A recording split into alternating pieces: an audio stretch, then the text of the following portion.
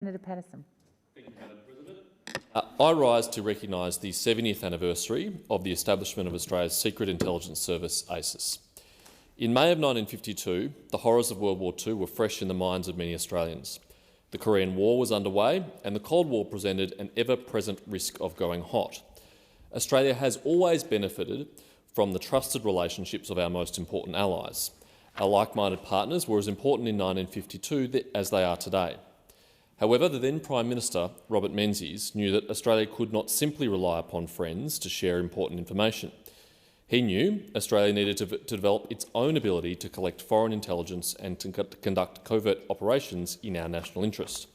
Working closely with the Cabinet Minister Richard Casey, it was Menzies who drove the creation of the Australian Secret Intelligence Service through a then secret order of the Governor-General's Executive Council.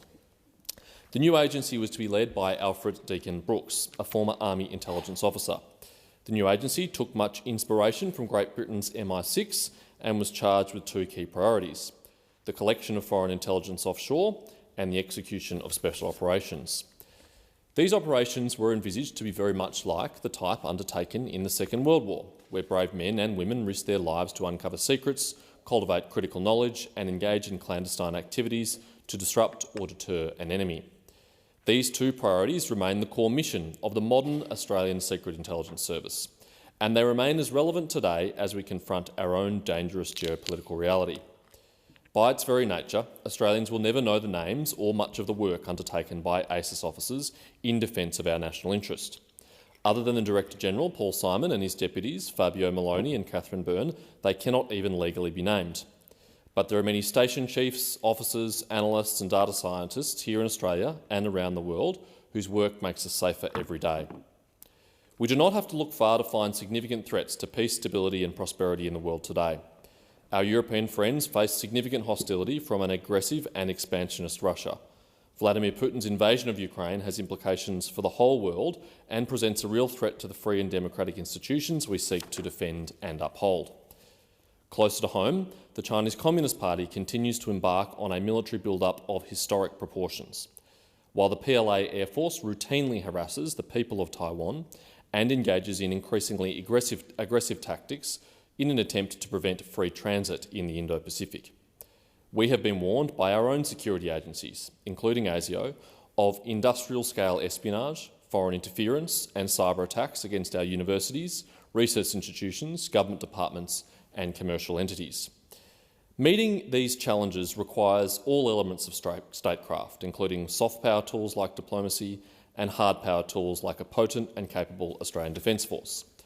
We must not, however, cede the domain of the shadows to adversaries who would seek to do us harm, as Paul Simon said in his historic address to the Lowy Institute, which I was honoured to attend in May.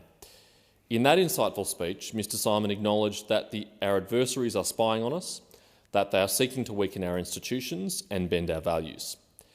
As we have become increasingly interconnected and reliant upon technology and personal devices, we have also witnessed the significant uptick in electronic surveillance, which demonstrates the importance of signals intelligence collection.